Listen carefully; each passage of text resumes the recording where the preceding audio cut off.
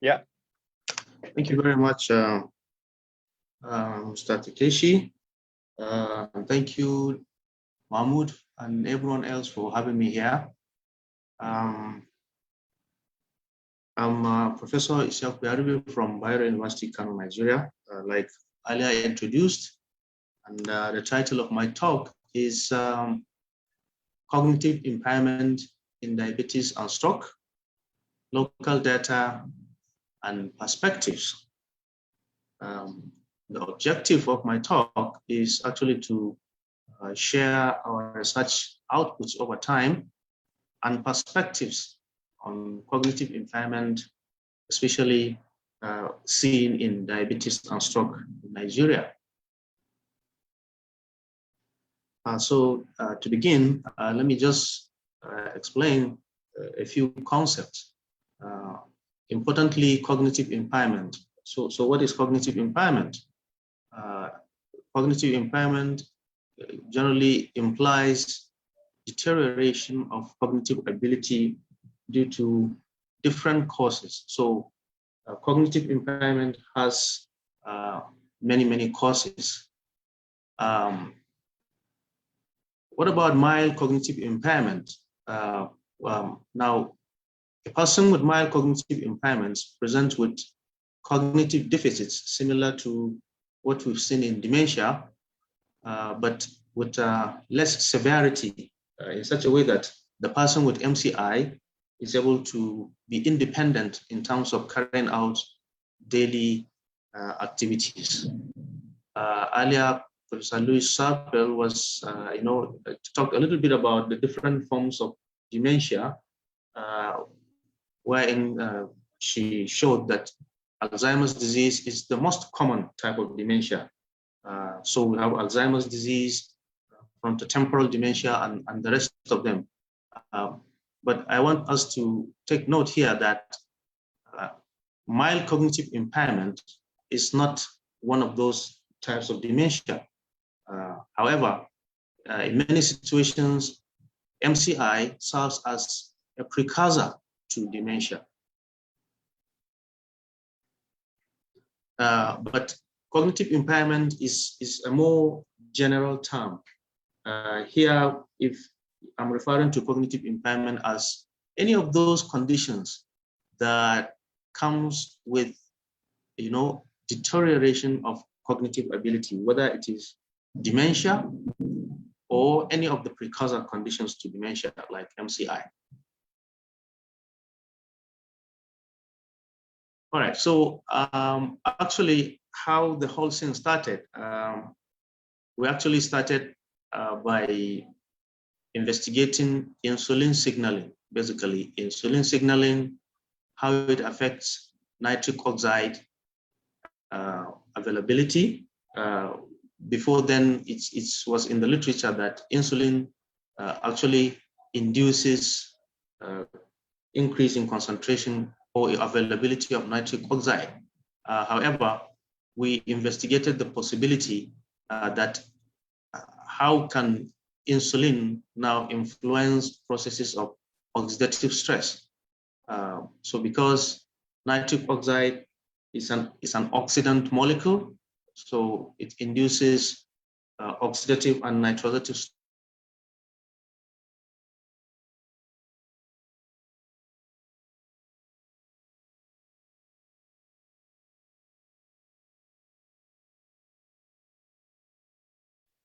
Okay. It looks like the audio is cut out.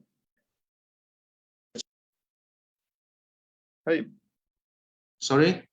I think that your internet was cut off. The internet is fluctuating. Yeah. Okay, I'm back now. Thank you. So we wanted to investigate how insulin signaling through oxidative or nitrosative stress, as the case may be, influences memory. So we're able to share our findings that insulin actually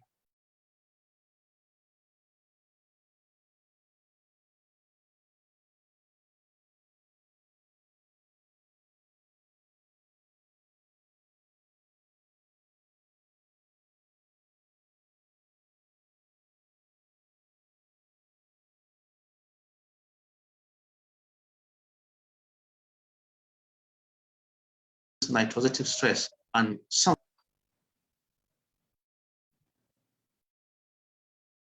Hello? Can you hear me? Sorry. Yes, you're back now. Yep. Yeah, sorry for the internet fluctuations. So what we actually did was to induce hyperinsulinemia in the animals. We used animal models, naive mice or rats.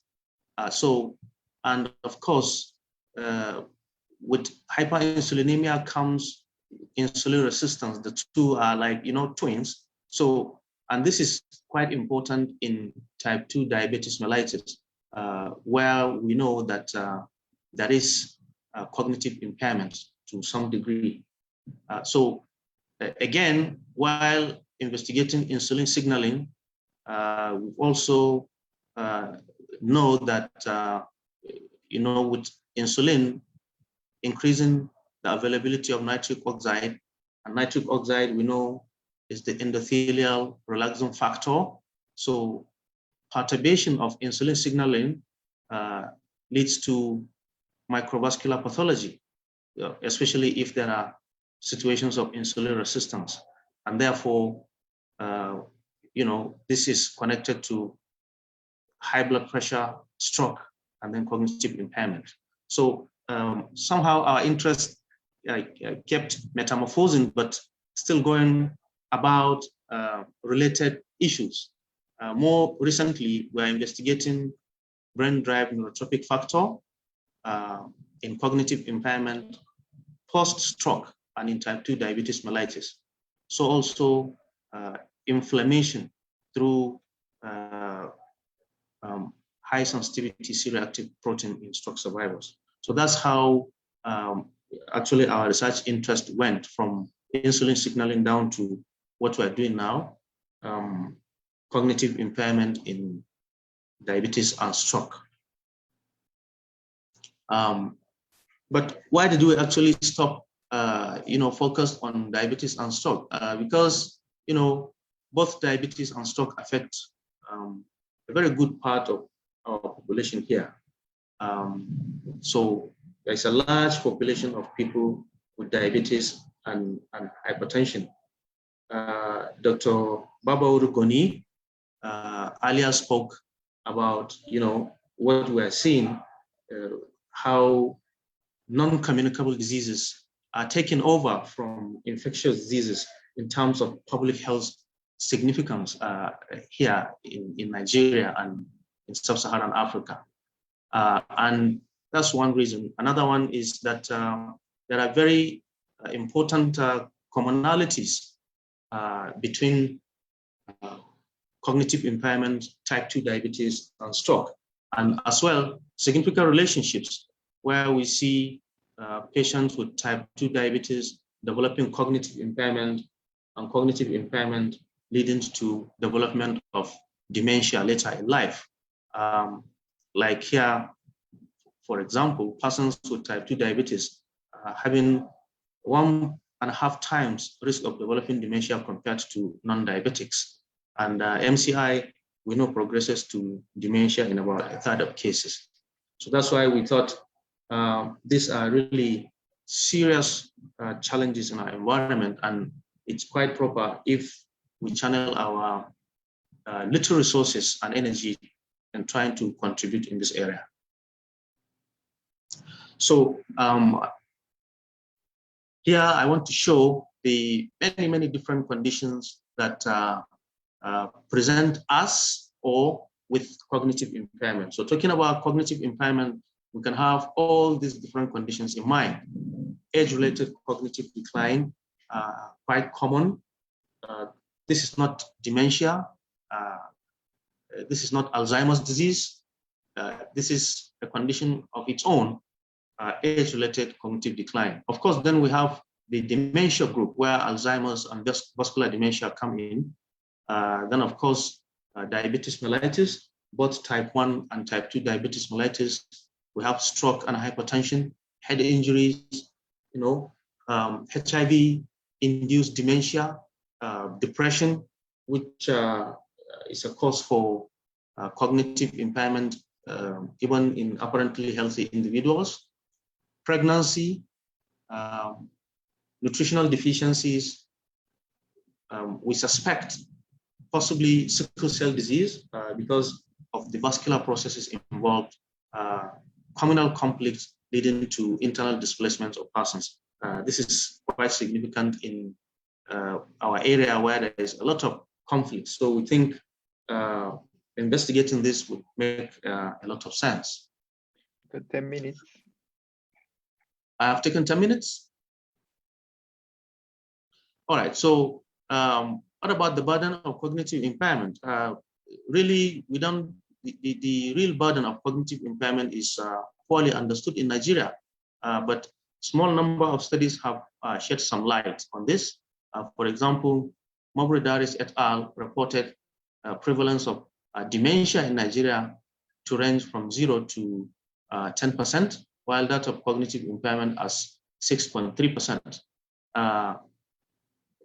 Other investigators like Adele et al. Also reported the prevalence of dementia to stand at 4.9% somewhere in Southwest Nigeria. We have Yusuf et al. Also reported similar findings in Zaria, Nigeria. So there is actually a dearth of a standardized, large sample, multi-centered, countrywide study to assess the burden of cognitive impairment in Nigeria. This is actually lacking, and studies like this are quite necessary. And we look forward to trying to do this as the condition allows. So from our findings, myself and my research collaborators, we have examined prevalence of cognitive impairment in different conditions. And we have observed very high prevalence of cognitive impairment in stroke survivors, especially within the first 3 months following stroke. We also reported high prevalence of cognitive impairment among diabetics, among hypertensive patients, and even among first-time pregnant women. At the same time, we reported normal cognitive function in matched healthy subjects in this studies we've conducted. This is one of our studies where we reported high cognitive impairment, high prevalence of MCI in patients within the first 3 months following stroke. And we also investigated the possible role of C-reactive protein as a marker of inflammation. And we found that really those with cognitive impairment, there is a correlation between cognitive impairment and the levels of C-reactive protein in those individuals. Those with high CRP have the worst expressions of cognitive function. So this is another publication where we reported our findings of high prevalence of cognitive impairment among subjects with stroke, post-stroke. And here we investigated the possible role of brain-derived neurotrophic factor. Brain-derived neurotrophic factor, as the name goes, is a trophic factor very essential for neuronal survival, neuronal development, and even in synaptic transmission. So we found out that those subjects with the worst cognitive impairment have the worst expression of brain-derived neurotrophic factor. So this one of our publications where we reported normal cognitive function in healthy subjects in the same area. In this particular study, we also reported high prevalence of cognitive impairment among patients with diabetes mellitus, type 2 diabetes mellitus. And then at the same time, we showed the role of antioxidant capacity. We showed that their antioxidant capacity in this subject is significantly reduced.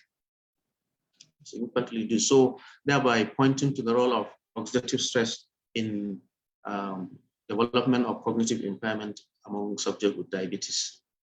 Here is another one, another published study where we reported high cognitive impairment in subjects with type 2 diabetes mellitus, but at the same time, we did not see any significant changes in cardiometabolic parameters. So this is the other study where we reported cognitive impairment among first-time pregnant women. Pregnancy in itself is a source of stress. And if you are a first-timer in this, the stress is very much enhanced, considering so many biological and even societal influences which are specific and especially applies to first-time pregnant mothers. So because of all this, we found out that yes, during pregnancy, for the first timers, there is significant cognitive impairment. So what we don't know is, well, we suspect it's probably a reversible process. That the impairment was induced by the different factors associated with pregnancy.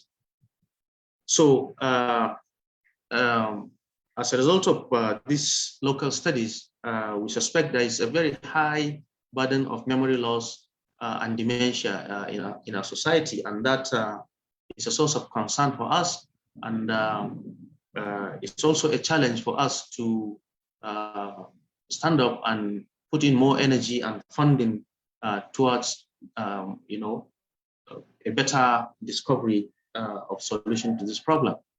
I want to recommend a number of things for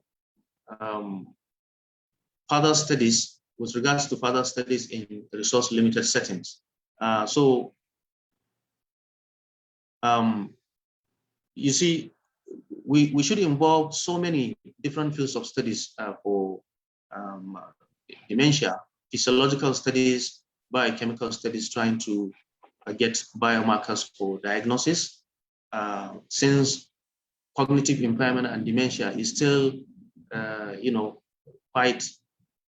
so much is still quite unknown. So pharmacologists or pharmacological studies to try to understand therapeutic targets, histochemical studies, even socio-economic studies, because we really don't know the socio-economic impact of these conditions. Importantly, multidisciplinary collaborations, sociologists, clinicians, epidemiologists, basic scientists. Some of the goals of these future studies would include investigating the biology of mild cognitive impairment and in extension dementia, molecular mechanisms, pathways, receptors, and the rest. We should hope to achieve delaying the onset, modifying the cause, and probably possibility of cure. Professor Isyaku was telling us about the new drug for Alzheimer's disease, which gives a lot of hope. Food therapy, quite important, since we have a number of different food substances, micronutrients readily available in our environment. We need to explore that. Impact of lifestyle modalities. We know exercise, behavioral therapies, and the rest of them. Cognitive stimulation therapy, use of specially designed computer programs for cognitive stimulation therapy. Phytotherapy, use of local herbs. Professor Marty Hussein has shed a lot of light on the potentials of our local herbs in managing cancers. Here we can look at them for the potential of managing cognitive impairment, especially in diabetes and stroke. So in a resource-limited setting, we can use... Please wrap up soon. All right, I have 3 minutes? Okay. No, you are over time already. Oh, sorry. So I'll round up. So to test our hypothesis, we can use a lot of things here. Human versus animal studies. You know, a number of our hypotheses cannot be tested on humans, so we have to resort to animal models. You know, or disease models, Alzheimer's disease, and so on. So I want to conclude by saying that we have our data suggests a high prevalence of cognitive impairment among patients with type 2 diabetes and stroke. And of course, we understand that cognitive impairment has many risk factors and diverse pathogenesis. So, and in a resource-limited setting like this, we can conduct still a number of important studies to manage the problem. You know, most of this work was not sponsored, so we look forward to leverage on resources brought to us here by BioRTC to see how we can solve our research, our problems here through research. I want to thank my research collaborators, from my supervisors during my PhD down to my colleagues and my students for masters and PhD, and thank everyone for having me here. Thank you very much.